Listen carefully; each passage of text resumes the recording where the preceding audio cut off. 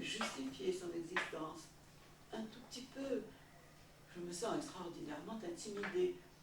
Ce n'est pas que j'ai beaucoup d'espoir, mais je suis comme un type complètement gelé après un voyage dans la neige. Un type, oui, c'est pas le vocabulaire proustien, il est facilement le vocabulaire un peu familier. Je m'amène, il s'amena, etc. pour venir, il vient. Un type complètement gelé après un voyage dans la neige et qui entrerait tout d'un coup dans une chambre tiède.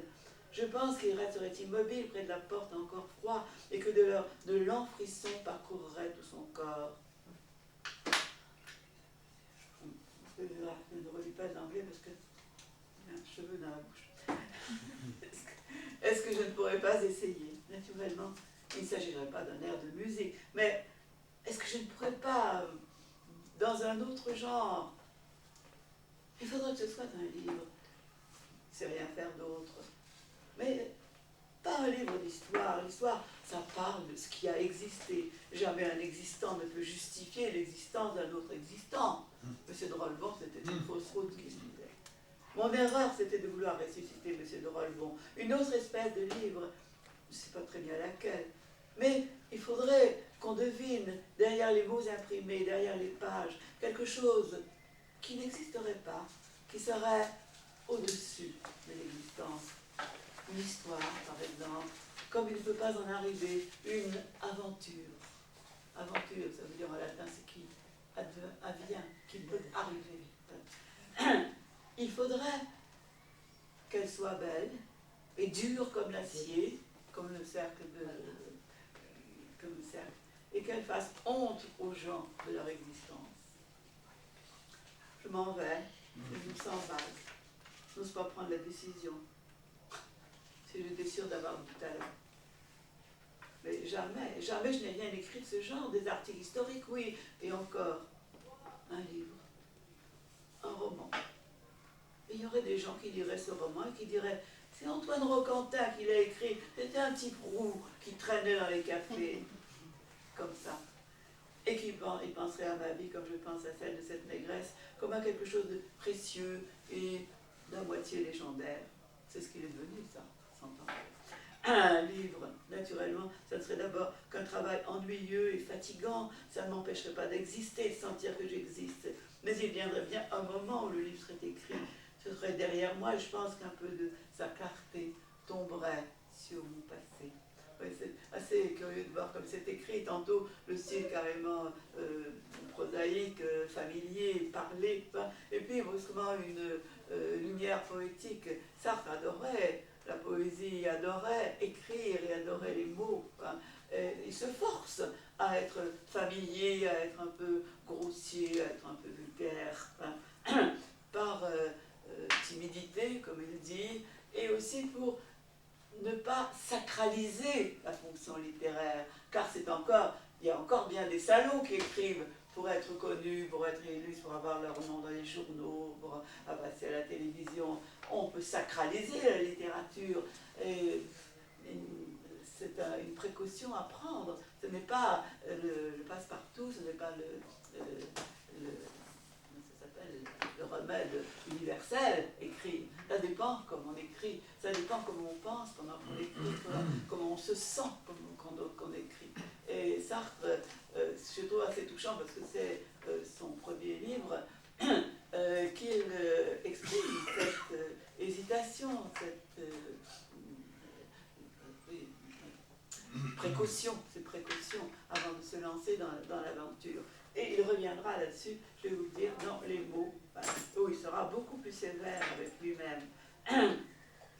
Alors peut-être, je finis comme ma lecture ici, ça ne m'empêche... oui, alors peut-être que je pourrais, à travers lui, me rappeler ma vie sans répugnance. Peut-être qu'un jour, en pensant précisément à cette heure-ci, à cette heure morne où j'attends le dos rond, qu'il soit temps de monter dans le train, peut-être que j'en sortirais mon cœur bat plus vite et que je me dirais, c'est ce jour-là, cette heure-là, que tout a commencé. Et j'arriverai au passé, rien qu'au passé, à m'accepter. Et comme il a fait une déclaration qui me paraît trop optimiste et trop triomphante, voici la fin, la nuit tombe, au premier étage de l'hôtel Printania, 2 fenêtres viennent de s'éclairer, le chantier de la nouvelle gare sent fortement le bois humide. Demain,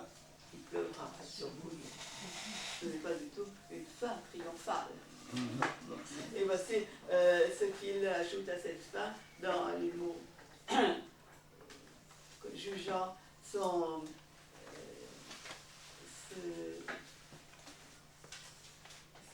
travail.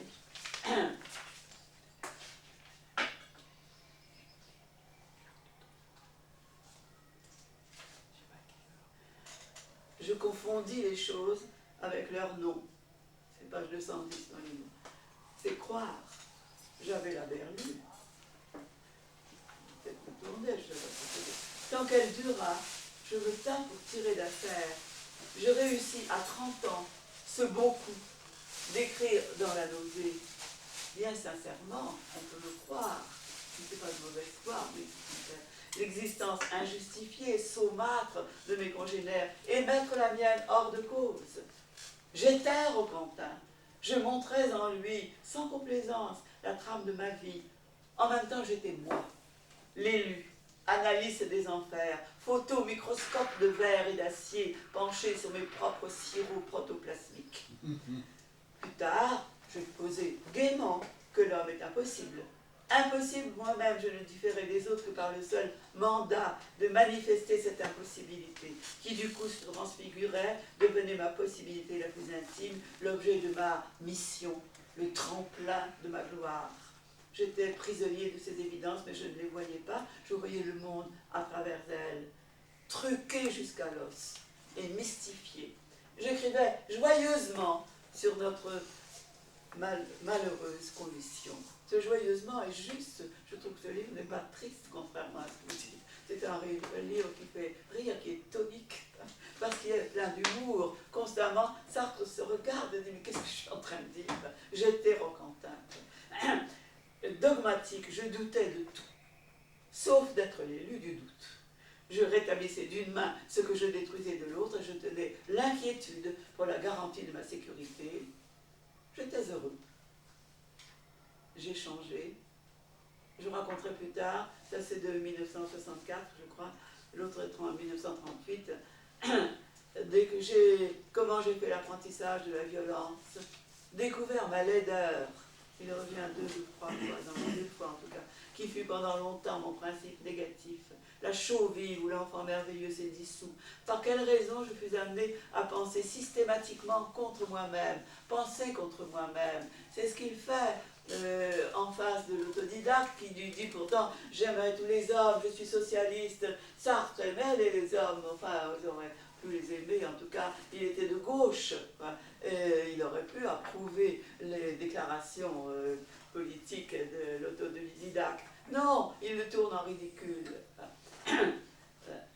Et par quelle raison je fus amené à penser systématiquement contre moi-même, au point de mesurer l'évidence d'une idée au déplaisir qu'elle me causait.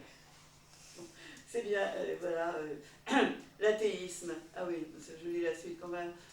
L'illusion rétrospective est en miettes, c'est-à-dire que lorsqu'il écrivait, il se savait qu'il était déjà le héros de l'histoire, c'est-à-dire déjà il prévoyait la fin, ce qui n'est pas le cas réel des hommes. Nous ne savons ni l'un, ni les uns, ni les autres, ce qui adviendra demain ou plus tard. Nous ne savons rien. Bon. Martyr, salut, immortalité, tout se délabre, l'édifice tombe en ruine. J'ai pincé le Saint-Esprit dans les caves et je l'ai expulsé. Ça voulait dire qu'il croyait au Saint-Esprit. Écrire un écrivain croit au Saint-Esprit. Image de la religion catholique, bon, l'esprit. L'athéisme est une entreprise cruelle et de longue haleine. Je crois l'avoir menée jusqu'au bout. Je vois clair, je suis désabusé, je connais mes vraies tâches, je mérite sûrement un prix de civisme. Un prix de civisme. Depuis un prix de civisme. Il sera décoré pour entrer au musée de... Sartre va être mis au musée. Enfin, on a voulu lui donner le Nobel, il n'a pas voulu, c'était déjà une façon d'entrer au musée. Mais là, on ne peut pas dire son avis si on lui fait une statue. Je mérite, depuis à peu près 10 ans, je suis un homme qui s'éveille, guéri d'une longue, amère et douce folie, et qui n'en revient pas, et qui ne peut se rappeler sans rire ses anciens errements, et qui ne sait plus que faire de sa vie. Je suis redevenu le voyageur sans billet que j'étais à 7 ans. Le contrôleur est entré dans mon compartiment, il me regarde moins sévère qu'autrefois. En fait, il ne demande qu'à s'en aller, qu'à me laisser finir le voyage en paix, que je lui donne une excuse valable, n'importe laquelle, il s'en contentera. Malheureusement, je n'en trouve aucune. D'ailleurs, je n'ai même pas envie d'en chercher. Nous resterons en tête à tête, dans le malaise, jusqu'à Dijon. Je sais fort bien que personne ne m'attend. Je dramatise un peu les choses, parce qu'il y avait quand même Simone, il a écrit des choses très, très gentilles et très belles sur lui, mais aussi en particulier sur sa mort, la cérémonie des adieux. C'est un livre très touchant et court, sur les derniers moments de Sartre, je crois. Bon, eh bien, écoutez, je vais vous laisser. On n'a pas parlé d'Annie. Non, on n'a pas eu le temps de parler d'Annie. Alors, Annie, c'est une truqueuse. Elle se fabrique à partir des situations privilégiées. Il y a une situation privilégiée que vous pouvez comprendre parce que les autres peut-être ne vous sont pas arrivés. Enfin, vous pouvez comprendre, non, c'est mal présenté. Que nous pouvons comprendre, c'est la mort. La mort, c'est une situation privilégiée. Enfin, c'est une situation extraordinaire. Donc on peut en faire quelque chose de beau, un moment parfait, en arrangeant bien pas développe ça comme ça, le mourant sur son lit de mort, les prières, etc. Au lieu de ça, qu'est-ce qu'il y avait à ce moment-là? Sa mère qui sanglotait, enfin, qui rompait l'harmonie, c'était plus une œuvre d'art comme elle aurait voulu la fabriquer. Vous aurez ça, page 196, je sais pas suffisamment marqué là, ces livres-là. Bon, arranger les moments qu'on a vécu, arranger les moments avec, il y a un moment plus drôle qu'elle cite, lorsqu'elle a, je ne sais plus, embrassé l'un de ses amoureux, ou Roquentin lui-même, je crois que c'était Roquentin. Elle était assise sur des orties. Ah oui, sa robe s'était relevée, elle était dormie, et elle a tenu le coup jusqu'au bout sur ses orties. Parce qu'elle savait, elle savait que c'était un moment important qui pouvait devenir un moment parfait. Elle l'a gardé comme une belle photographie d'un moment heureux de son existence. Mais voilà à quoi on est réduit. Annie, elle est plus intelligente, plus critique que l'autodidacte. Elle a eu des moments heureux avec Roquentin, mais c'est des moments sporadiques. Le temps continue dans la vie d'Annie. Elle l'a quitté, puis maintenant elle vient de se le retrouver, mais elle va le quitter. Il y a un Allemand qui l'attend dans l'escalier pendant qu'elle lui raconte son histoire. D'ailleurs, elle dit j'ai changé. D'ailleurs, elle a changé, elle est devenue une grosse dame, un peu lourde. Enfin, physiquement, elle a changé. Enfin, donc, elle ne veut pas maintenir ni sa croyance dans les moments parfaits. Il suffit d'arranger les choses. Elle essaye quand même avec ses souvenirs. Je les j'arrange dans ma mémoire pour avoir quelques morceaux qui restent. Mais c'est une défaite. Mais elle n'y croit plus. Elle n'y croit plus. Elle n'y croit plus. Pas plus que Roquentin ne croit à l'aventure. Roquentin a vécu des aventures, il a beaucoup voyagé, il a été à Rabat, il a été à Moscou, il a été dans le coin du monde, mais il ne lui reste plus que des clichés, au sens photographique du terme, des clichés, ou même des clichés littéraires. Il ne sait pas décrire ce qu'il a vu, ce qu'il a ressenti, et c'est à ce moment-là je reprendrai le texte quand même, c'est là qu'il se sépare de Proust, parce que Proust fait une religion du souvenir, des impressions qu'on garde sont la réalité la plus vraie, c'est réminiscence, il appelle ça réminiscence, c'est-à-dire le souvenir au niveau de la sensation, de ce qu'il y a de concret, des impressions aussi, ou des impressions, sont plus vraies que les faits eux-mêmes qu'on peut avoir oubliés. Et toute l'œuvre de Proust est fondée sur ce credo, le credo de la réminiscence, qui est à l'opposé de Sartre. Sartre, pour Sartre, pour Annie, il la montre ou il le montre, je ne sais plus quel des deux, c'est Roquentin qui parle, je crois. Oui, mon passé n'est qu'un trou noir derrière moi. Je ne me rappelle plus rien. Ce que je me rappelle ne peut pas être noté, je ne le vis plus, c'est mort. Bon, ce sont deux philosophies différentes, si on veut, ou deux écrit avec son tempérament, avec sa vie sensible, plutôt qu'avec ses idées. Et c'est parce que Sartre avait cette possibilité, cette capacité, cette aptitude à le faire, qu'il est, aujourd'hui encore, je trouve, avec précaution qui s'impose, un grand écrivain. Les autres, je ne sais pas, je trouve qu'il est un grand écrivain.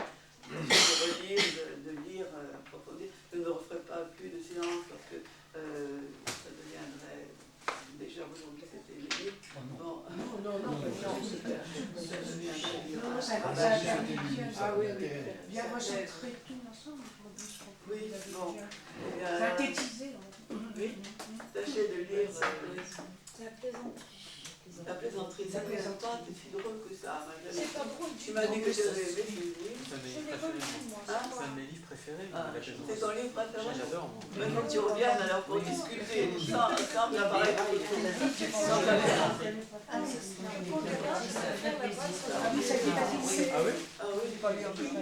C'est son livre préféré, la plaisanterie. C'est un de mes livres préférés. Ça a été, il y a eu un truc à un certain moment quand c'est sorti, c'est fait le livre. Je sais parce que c'était politique, c'était anticommuniste. Non, je l'ai revu. Il y a un vide politique dans le système. Vous ne savez pas communiste, Bon, c'est pas pour ça. donc d'ailleurs Kundera n'est pas communiste, il est anticommuniste. Oui, c'est pareil.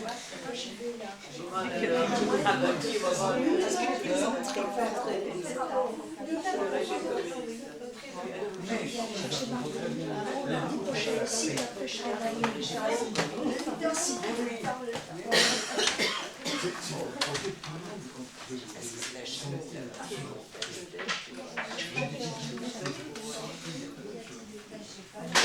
Je vous souhaite bon courage, bon rétablissement.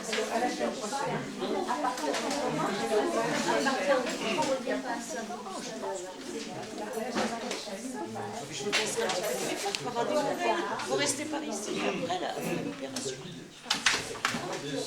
Bon courage.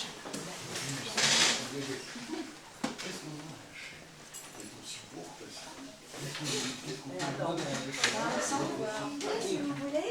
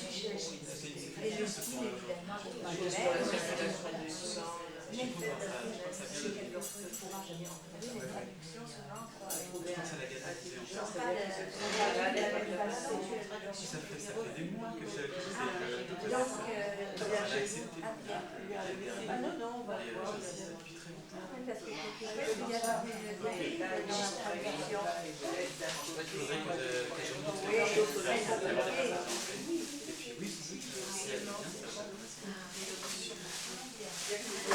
parle bien. Comment? Vous Parle pensez pas qu'il qui parle bien. parle bien. On dirait ça du portugais. Voilà, bravo. Au revoir Adeline. Bravo Adeline. C'était très bien. Alors là, je pense que c'est vraiment c'est qui Ah oui, Raphaël. Raphaël. Là, je vous laisse avec Raphaël. Non, non, non. Et votre fille. Oui. Elle comprend cette fois. Bien, bien fait. Il faut que ça soit bien mis. Et il prend son temps, mais. Ah oui, il faudrait quand même faire quelque chose. Non mais ça fait rien, je vais ouvrir la porte. Je vais mettre la maman. Non,